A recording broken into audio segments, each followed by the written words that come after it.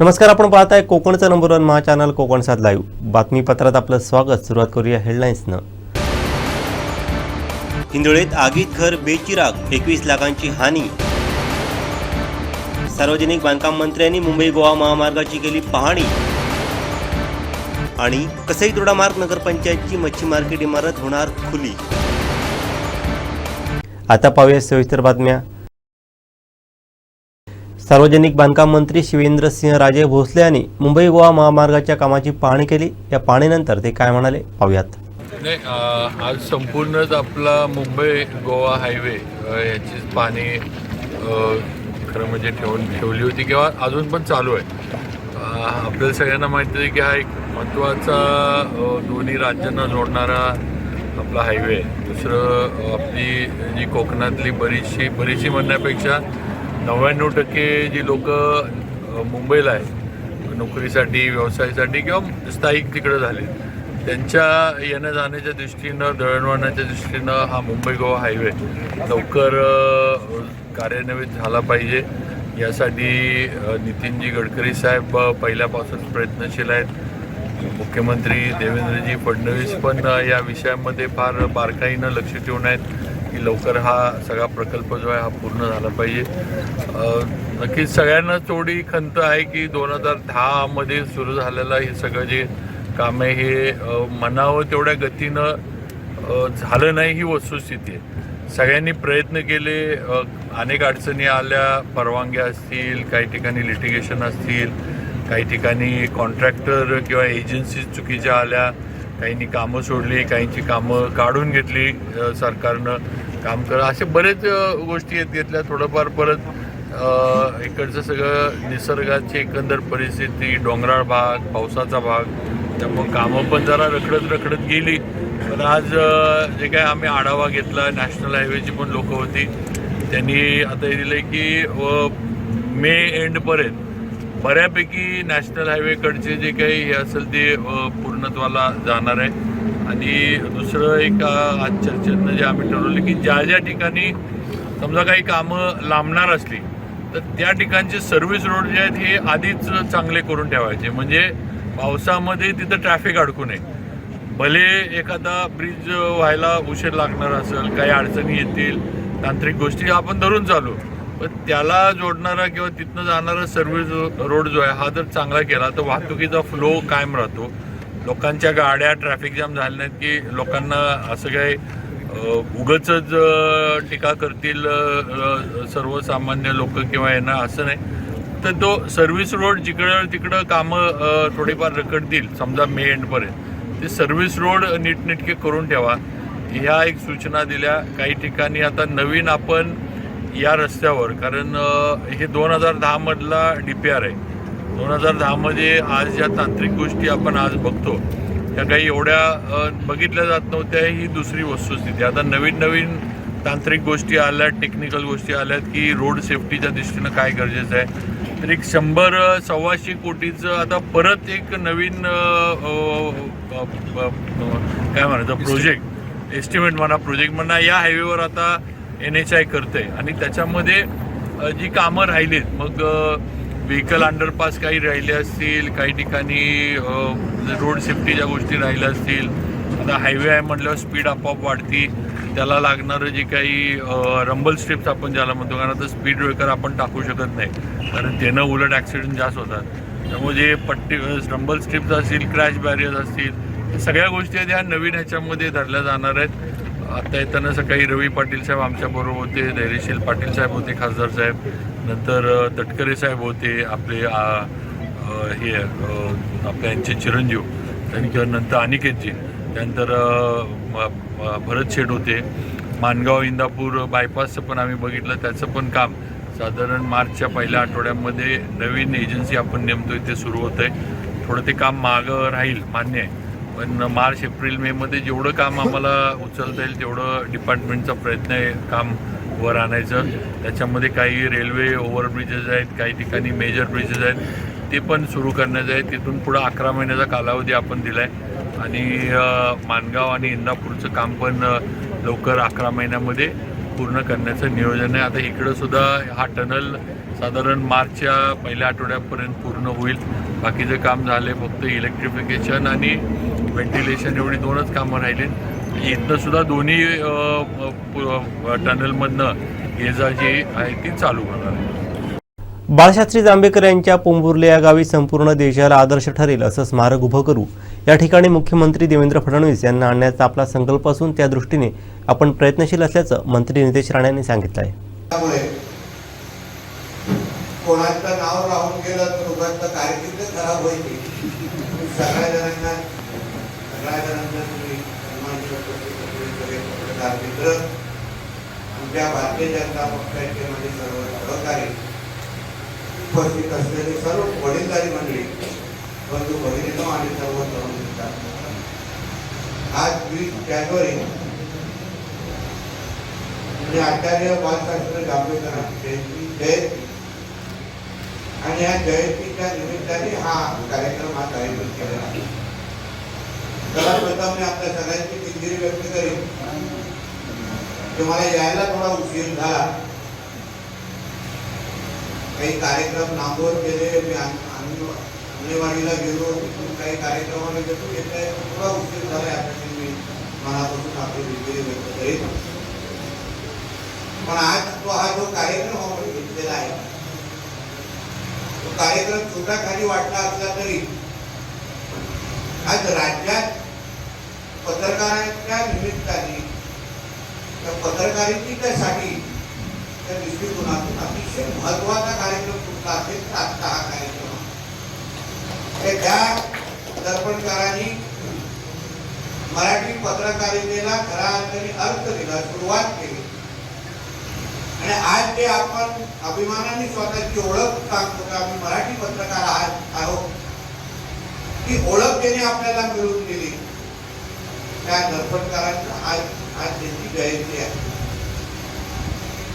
आजचा हा दिवस सिंधुदुर्ग पत्रकार संघाचे माझे सर्व ज्येष्ठ जे सहकारी आहेत, जे सदस्य आहेत, त्यांनी ह्या कार्यक्रमाच्या निमित्ताने जे काही एकत्र येऊन या कार्यक्रमाला एक वेगळं महत्व मिळवून दिलं, त्यासाठी मी त्यांचं मनापासून त्यांचं अभिनंदन करेन. कारण की ह्या कार्यक्रमापर्यंतचा प्रवास आणि हा कार्यक्रम अशा पद्धतीने घेणं आणि त्यासाठी एकत्र येणं याचं वेगळं महत्व होतं. आणि ह्यावेळी ह्या वर्षी आपण सिंधुदुर्ग पत्रकार संघ म्हणून जे एकत्र पद्धतीने आपण एक संघपणा जो दाखवून दिलेला आहे, तो निश्चित पद्धतीने कौतुकास्पद आहे. यासाठी आपल्याला अभिनंदन केलं. आणि ह्या गोष्टी बोलत असताना मग आपल्या सगळ्यांची आता जबाबदारी पण वाढलेली आहे. आपण मागून घेतलं की नाही या वर्षी एकच कार्यक्रम होणार, मग तो एक 6 जानेवारीला झाला आणि आज तिथे होतोय. आता आपण आपली जबाबदारी वाढलेली आहे, ते आपल्या खांद्यावर आता अपेक्षाही वाढलेल्या आहे की चला बाबा तुम्ही सगळं मनासारखं केलं ना, आता पुढे काय नेमकं तुम्ही वेगळं करणार आहात, काय इथे वेगळं नेमकं घडवणार आहात, त्याची सुरुवात आपण सगळ्या जणांनी केली पाहिजे अशी विनंती आणि अपेक्षा आपल्या सगळ्या जणांपूर्वी व्यक्त करतो. अधिकार मागणं हे सोपं असतं, पण अधिकार टिकून समोरच्या जे काही आहेत त्यांना दाखवणं की बाबा आम्ही हे अधिकार का मागत होतो हे समजवणं, हे कृतीतून आपल्याला येणाऱ्या कालावधीमध्ये दाखवून द्यायचं आहे. आज राज्यामध्ये एक स्थिर सरकार राज्यात आणि देशामध्ये आहे आणि पूर्ण 5 वर्षाच्या कारकीर्द आपल्याला भेटलेली आहे. आणि हे आपल्यासाठी का महत्वाचं आहे की आपण जे काही आपण नियोजन करू, जे काही कार्यक्रम आपण आखू, त्याला पूर्ण 5 वर्षाचा प्रवास काही न थांबता, काही न अडथळे येता आपल्या लोकांना हातात मिळणार आहे. आणि म्हणून सुरुवातीच्या त्या 2 महिन्यामध्ये आपण सगळ्या जणांनी जो संवाद वाढवलेला आहे, मग पत्रकार संघ असो, पालकमंत्री, प्रशासन मध्ये मी असो, अनिल पाटील जी असतील, पवार जी असतील, आपल्यामध्ये जो हा संवाद आता जो वाढलेला आहे, अजून भक्कम झालेला आहे, याचं प्रतिबिंब आपल्याला कामामध्ये आणि कृतीतून आपल्याला दाखवण्याची संधी.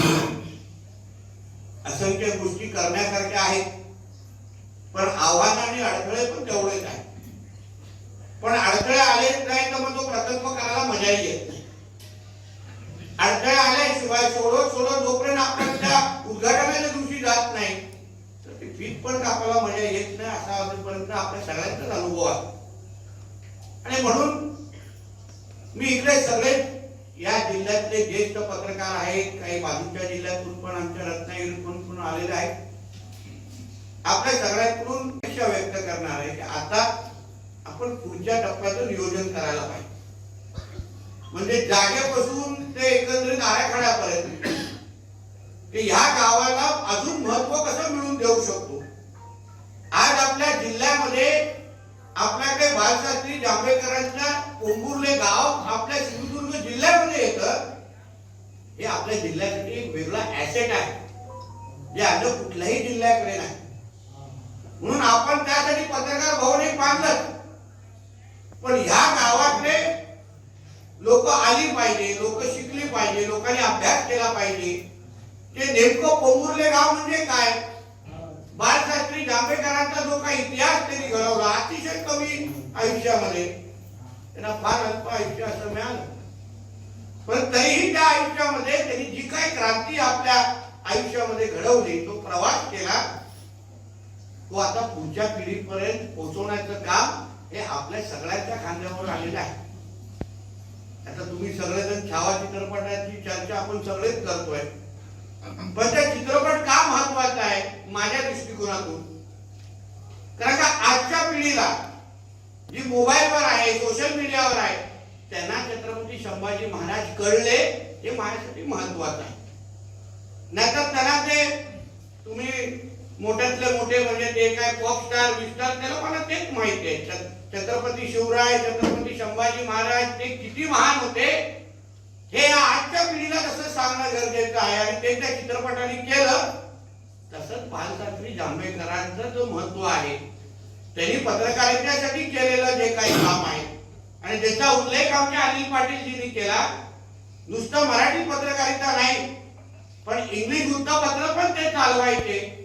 काही गोष्टी आपण पुढच्या पिढीला ह्या माध्यमातून पोहोचवलं पाहिजे.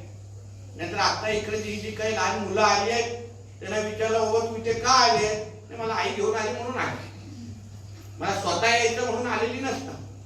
ते तिला काही नाही, जरा चला आता तू आता जायचंय, काही ना विचारता चप्पल घातली आणि निघून जाते. जागेचं आणि ह्या कार्यक्रमाचं महत्वच नाही.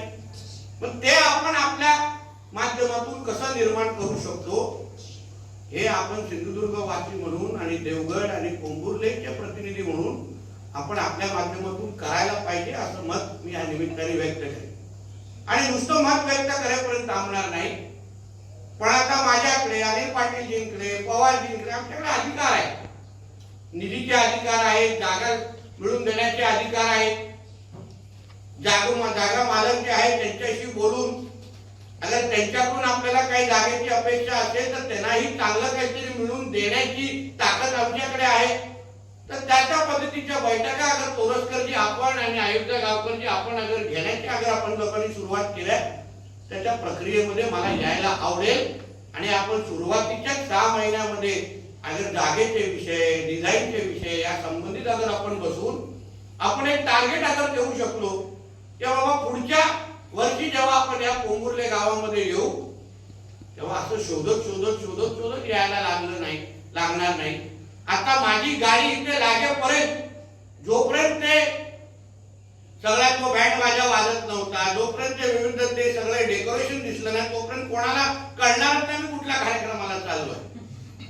म्हणून हे आमच्या गावाचं जे महत्व आहे ते देवगड तालुक्यातून म्हणजे आपल्या एकंदरीत कासाड्यातून आतमध्ये शिरल्यापासून फणसगाव आणि या भागातून आले आणि राईट जसं आपण पोंभुर्ल्यासाठी मारतो त्या पूर्ण मार्गावर आपण या गावापर्यंत कसं पोहोचतो आणि त्या जिथे आपण चाललोय त्या गावाचं काय महत्व आहे, त्या जागेचं काय महत्व आहे, त्याला सांगणारे काही गोष्टी आपण आपल्या मार्गावर तयार केले पाहिजे.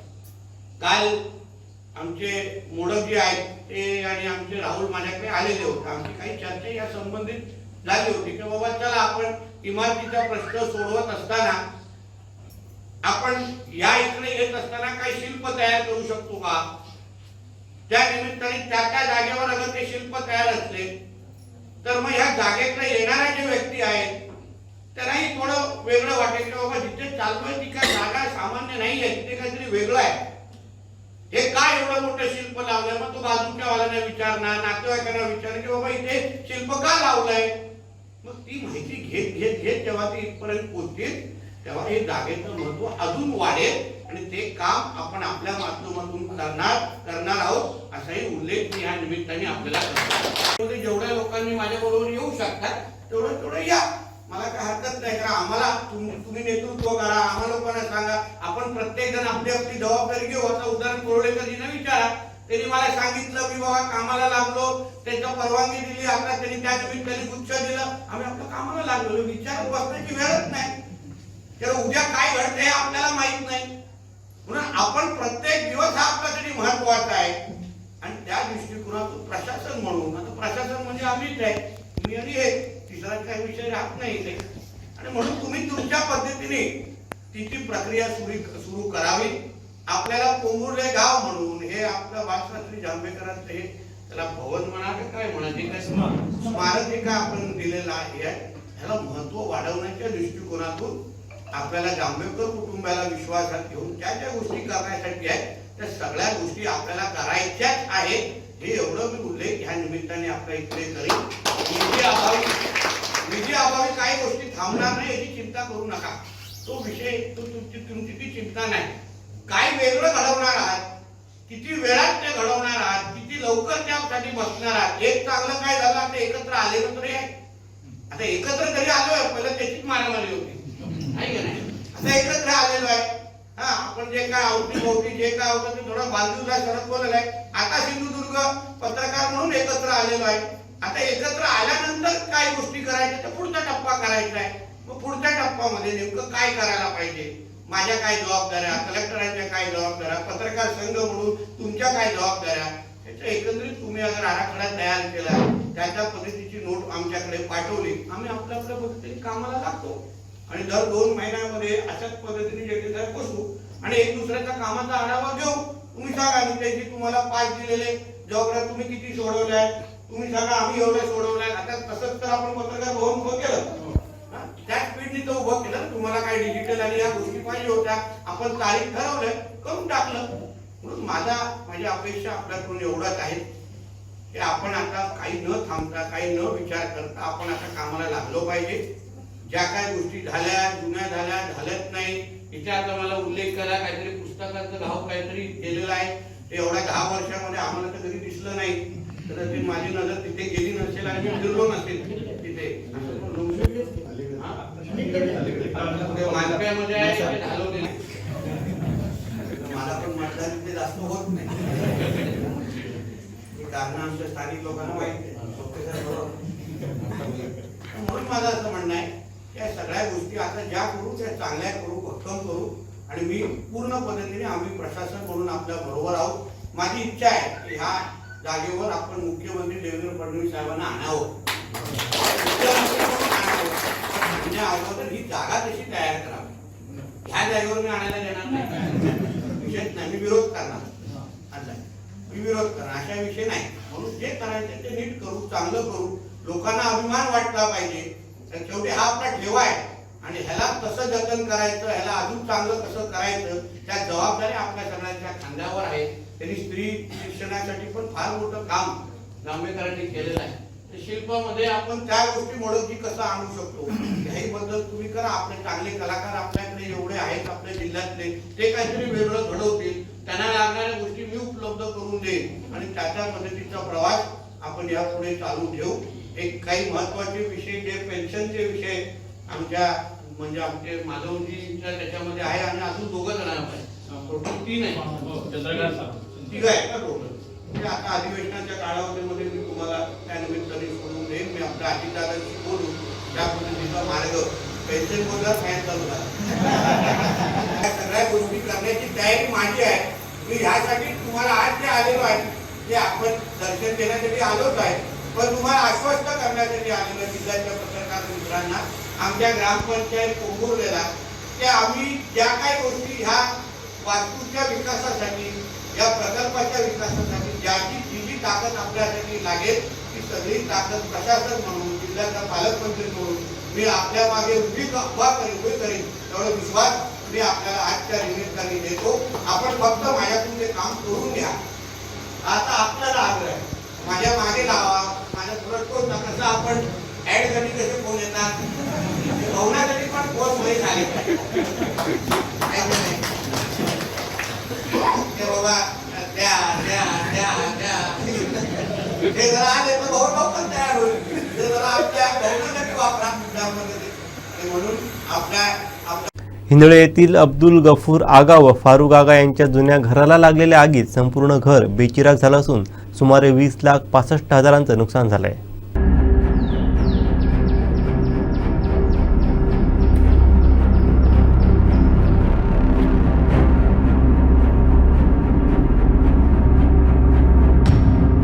देवगड तालुक्यातील हिंदळे येथे गुरुवारी पहाटे 4:30च्या सुमारास शॉर्ट सर्किटमुळे घराला लागलेल्या आगीत संपूर्ण घर बेचिराख झालं. घटनास्थळावरून मिळालेल्या माहितीनुसार अब्दुल गफूर इब्राहिम खान आगा व मोहम्मद फारुक इब्राहिम खान आगा या दोघांचं चिऱ्यांचं बांधकाम असलेलं सामायिक कौलारू घर आगीत खाक झालं. या घरात भाड्याने राहत असलेल्या सर्व मंडळींना झोपेतून उठवत सुखरूप बाहेर काढलं. त्यानंतर घरात असलेल्या सिलेंडरचा स्फोट झाल्यानं आगीचा मोठा भडका उडाला. या स्फोटाच्या आवाजानं हिंदळे गाव हादरलं. आगीची माहिती तात्काळ पोलीस पाटील संदीप हिंदळेकर यांना अब्दुल गफूर आगा यांनी दिल्यानं त्यांनी देवगड तहसील पोलीस स्टेशन नगरपंचायत यांना माहिती दिली. त्यानंतर सकाळी 6 नंतर अग्निशमन बंब घटनास्थळी दाखल झाला व आगीवर पूर्णतः नियंत्रण मिळवलं. स्थानिक ग्रामस्थांनी देखील आगीवरती नियंत्रण मिळवण्यासाठी शर्थीचे प्रयत्न केले, त्यामुळे आग आटोक्यात आली.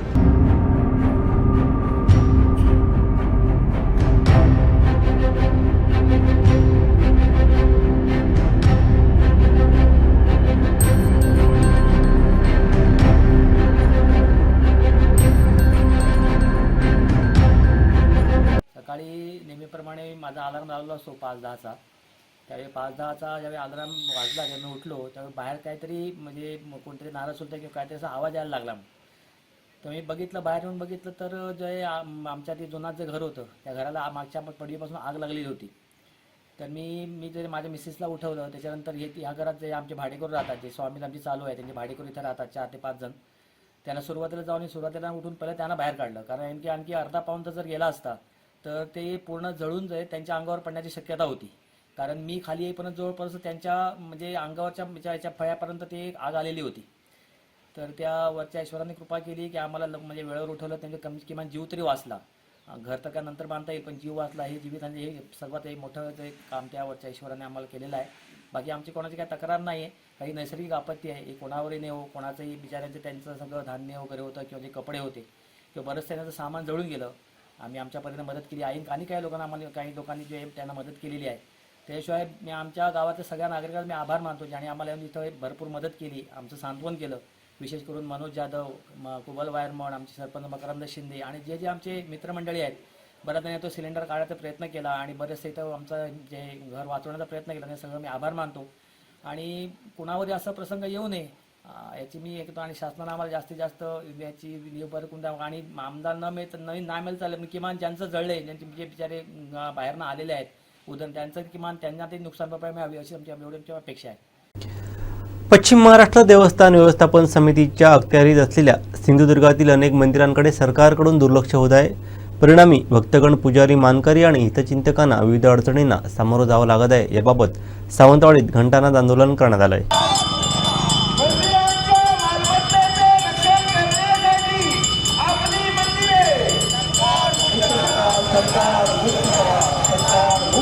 महाराष्ट्र सार्वजनिक विश्वस्त व्यवस्था अधिनियम 1950 आणि सर्वोच्च न्यायालयाच्या निर्णयानुसार धार्मिक संस्थांचे व्यवस्थापन स्थानिक भक्तांकडे असणं आवश्यक आहे. पुणे, कुलाबा व इतर जिल्ह्यातील मंदिर या समितीच्या ताब्यातून मुक्त करण्यात आली. मग फक्त सिंधुदुर्ग जिल्ह्यातील मंदिरांवरती हा अन्याय का? सरकारने याची त्वरित दखल घेऊन ही मंदिरे स्थानिक भक्तांकडे सोपवावीत अशी मागणी महाराष्ट्र मंदिर महासंघानं केली आहे. सावंतवाडीतील गांधी चौक येथे महाराष्ट्र मंदिर महासंघातर्फे घंटानाद आंदोलन करण्यात आलं. त्यात ही मागणी करण्यात आली. या आंदोलनात सिंधुदुर्ग जिल्ह्यातील विविध मंदिरांचे विश्वस्त, मानकरी, पुजारी सहभागी झाले होते. आमचा देश हा हिंदू राष्ट्रच आहे. हिंदू राष्ट्राला भक्कम कसं करायचं हे आपल्यासारख्या हिंदूंचं काम आहे, आपल्यासारख्या राज्यकर्त्यांचं काम आहे. म्हणून हा विश्वास देण्यासाठी मी आपल्या समोर इथे आलो होतो. परत एकदा येईल, परत परत येईल. आता 5 वर्ष मलाच ऐकायचं, दुसरा ऐकायला मी देणार पण नाही. मीच बसलोय आता, बाजूबाजूला येतील जातील, पण मी आहे आपल्या समोर, आपल्यासाठीच आहे. पालक मंत्री नाही, तुमचा सेवक म्हणून ह्या जिल्ह्यामध्ये इथे उपस्थित आहे. लक्षात, तुमचे रक्षण करण्यासाठी तुमचा हा पालक इथे उभा आहे. तुमच्याकडे वाकड्या नजरेने कोणी पाहत असेल तर त्याला ह्या जिल्ह्यामध्ये 1 मिनिट पण ठेवणार नाही. हा शब्द तुम्हाला मी आजच्या निमित्ताने देऊन जातो. गेले कित्येक दिवस प्रतीक्षेत असलेल्या कसबे दोडामार्ग नगरपंचायतच्या मच्छी मार्केटची इमारत लोकांच्या सेवेत आणण्यासाठी नगराध्यक्ष चेतन चव्हाण यांनी मच्छी विक्रेते व नगरपंचायत प्रशासन यांची बैठक घेऊन चिठ्ठीद्वारे सोडत काढून मच्छी विक्रेत्यांना जागा निश्चित करून दिली. शनिवारी 22 फेब्रुवारीला मच्छी मार्केट इमारत खुली होणार असून नागरिकांनी तसंच बाजारपेठेत येणाऱ्या तालुकावासियांनी या मच्छी मार्केटच्या ठिकाणी येऊन सेवा घ्यावी असं आवाहन त्यांनी केलं आहे.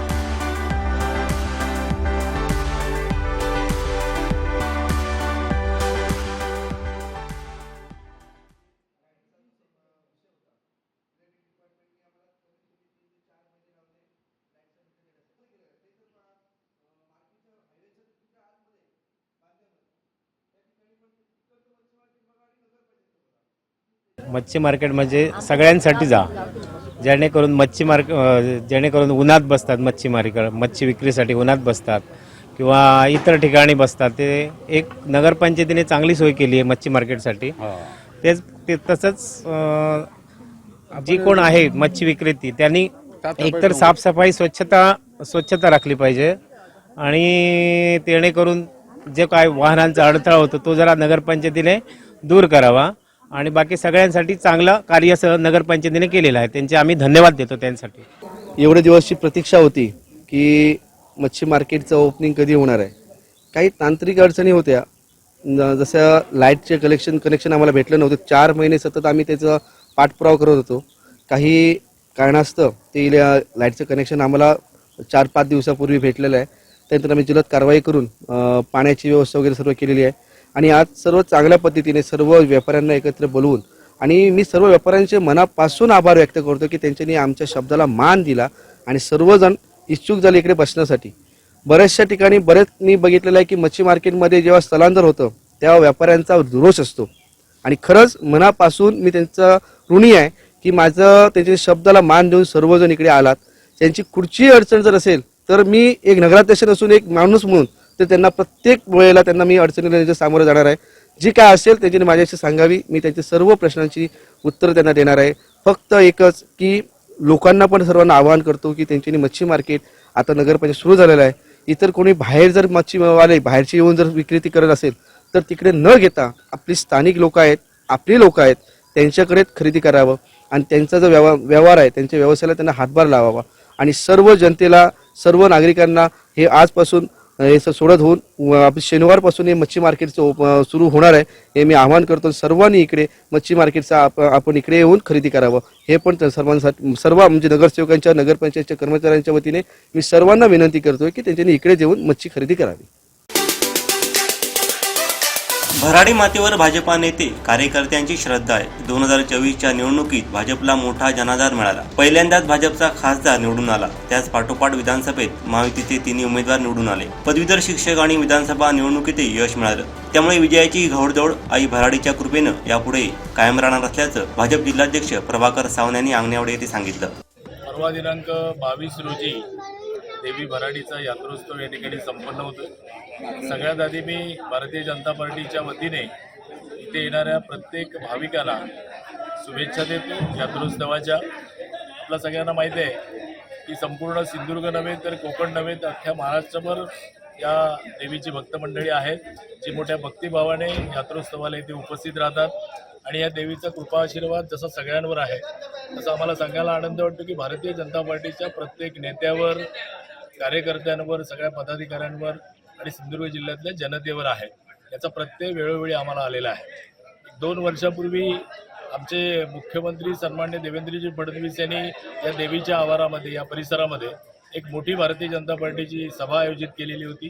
देवीचा आशीर्वाद घेतला आणि गेल्या वर्षी आलेल्या सगळ्या निवडणुकीला आम्ही भारतीय जनता पार्टी आणि महायुती म्हणून सामोरे गेलो भारतीय जनता पार्टीच्या नेतृत्वाखाली लढलेल्या गेलेल्या सगळ्या निवडणुकांमध्ये, मग ती लोकसभा असेल, विधानसभेच्या तिन्ही जागा असतील, विधान परिषदेतली पदवीधरची असेल, शिक्षक आमदाराची असेल आणि ग्रामपंचायत असतील, सगळ्या निवडणुकांमध्ये भारतीय जनता पार्टीला आणि भारतीय जनता पार्टीसोबत महायुतीला अत्यंत चांगल्या प्रकारचं निर्विवाद असं बहुमत मिळालं. यापुढे सुद्धा या देवीच्या आशीर्वादाने आगामी ज्या जिल्हा परिषद निवडणुका आहेत, पंचायत समितीच्या निवडणुका आहेत, नगरपालिकांच्या निवडणुका आहेत, त्या सगळ्यांमध्ये देवीची कृपा अशीच आमच्यावर राहील आणि महायुतीचा एक मोठा विजय या संपूर्ण जिल्ह्यामध्ये, या कोकणामध्ये, या महाराष्ट्रामध्ये आपल्याला पाहायला मिळेल. त्यामुळे या देवीच्या चरणी लीन होण्यासाठी सगळी मंडळी येत आहेत, तर आम्ही शुभेच्छा देतो. दुसरी गोष्ट म्हणजे आमचे प्रदेशाचे उपाध्यक्ष अतुल काळसेकर यांच्या नेतृत्वाखाली गेली 15पेक्षा जास्त वर्ष आम्ही या ठिकाणी स्वागत कक्ष उभा करतो. त्या स्वागत कक्षामध्ये येणाऱ्या सगळ्याच भाविकांचं स्वागत आम्ही करतो. महायुतीतली आणि मुंबई पुण्यातली सगळी मंडळी या ठिकाणी देवीच्या दर्शनाला येतात. ती भारतीय जनता पार्टीने उभारलेल्या स्वागत कक्षामध्ये येतात आणि देवीचं दर्शन घेतात, पुढे येऊन देवीचं दर्शन घेतात. आणि त्या ठिकाणी आम्ही वेगवेगळे उपक्रम, मग ते मोफत चष्म्याचं शिबिर असेल, नागरिकांना काही दाखले, आधार कार्ड लिंकिंग, अशा खूप गोष्टींच्या सेवा आम्ही उपलब्ध करून देतो. याही वर्षी तशा प्रकारचा स्वागत कक्ष या ठिकाणी उभारलेला आहे. आमचे नेते सन्मान्य राणेसाहेब, सन्मान्य चव्हाणसाहेब, ॲडव्होकेट आशिषजी शेलार जे आता मंत्री आहेत, विनोदजी तावडे आमच्या राष्ट्रीय सरचिटणीस आहेत, त्याचप्रमाणे पालकमंत्री आमचे इथले आमदार निलेशजी राणेसाहेब, आमदार वाईगेकर, आमदार कालिदास कोळंबकर, अशी अनेक मंडळी आणि त्यांच्याबरोबर अनेक नगरसेवक, आजी माजी पदाधिकारी परवा या यात्रोत्सवासाठी याला भेट देतील, देवीचं दर्शन घेतील, आशीर्वाद घेतील. पुन्हा एकदा मी या देवीच्या सगळ्या भक्तांना भारतीय जनता पार्टीच्या वतीने खूप खूप शुभेच्छा देतो. पंतप्रधान आवास योजनेअंतर्गत महाराष्ट्रातील 20 लाख घरांना मंजुरी मिळाली आहे. यात सिंधुदुर्गातील सुमारे 12,000 घरांचा समावेश आहे. यात योगायोग म्हणजे भराडी मातेच्या यात्रे दिवशीच म्हणजेच 22 फेब्रुवारीला संबंधितांना घरकुल मंजुरीचे पत्र तसंच पहिला हप्ता त्यांच्या खात्यात जमा केला जाणार अशी माहिती भाजपा जिल्हाध्यक्ष प्रभाकर सावंत यांनी दिली. देवीचं महात्म्य किती आहे याचा एक प्रत्यय येतो. परवाच्या दिवशी एक वेगळा आणि चांगला असा योगायोग या ठिकाणी जुळून आलेला आहे.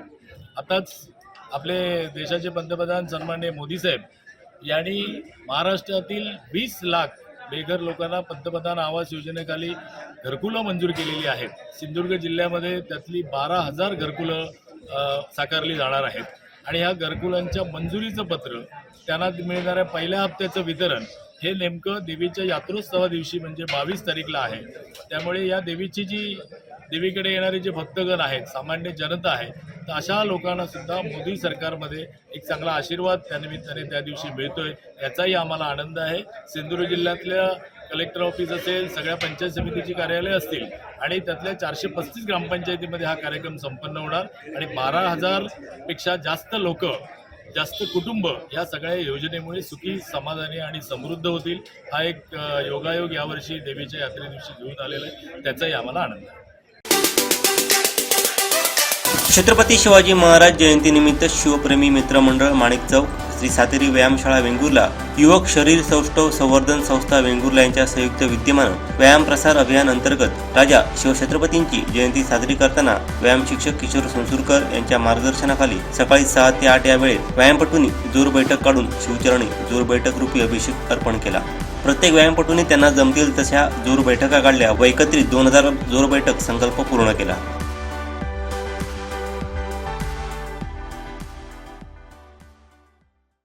शेवटी ठळक घडामोडी पुन्हा एकदा. हिंदोळीत आगीत घर बेचिराग, 21 लाखांची हानी. सार्वजनिक बांधकाम मंत्र्यांनी मुंबई गोवा महामार्गाची केली पाहणी. आणि कसई दोडामार्ग नगरपंचायतची मच्छी मार्केट इमारत होणार खुली. बातमीपत्रात वेळ झाली ते थांबण्याची. पादरा बदलत्या कोकणचा बुलंद आवाज. कोकणचा नंबर 1 महा चॅनल कोकण 7 लाईव्ह. धन्यवाद.